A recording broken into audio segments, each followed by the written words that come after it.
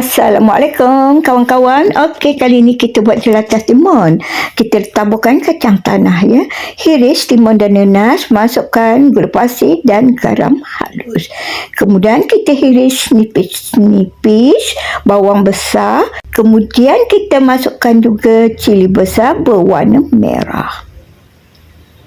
Okey, kita masukkan sedikit cuka biar ada rasa masam-masam. Okey, kita masukkan pula kacang tanah. Kacang tanah ni kita sangai tanpa minyak. Kemudian kita buang kulit dia. Kemudian kita tumbuk. Kalau nak cepat, kita boleh kisar guna blender. Okey, kita gaul rata ya kawan-kawan. Biar terasa semuanya. Ada rasa masam, ada rasa manis, ada terasa garam. Jika yang jenis suka pedas, boleh potongkan cili api ataupun cili akar. Okey, nak lagi sedap, kita tambah lagi kacang tanah. Okey kawan-kawan, kita gaul rata. Dah siap gaul tu. Inilah hasilnya.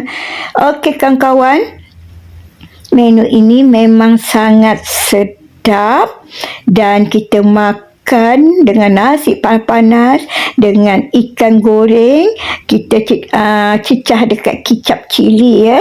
Okey, dan kita ada sambal telur. Okey, terima kasih kerana sudi menonton video ini. Okey, jumpa lagi. Bye.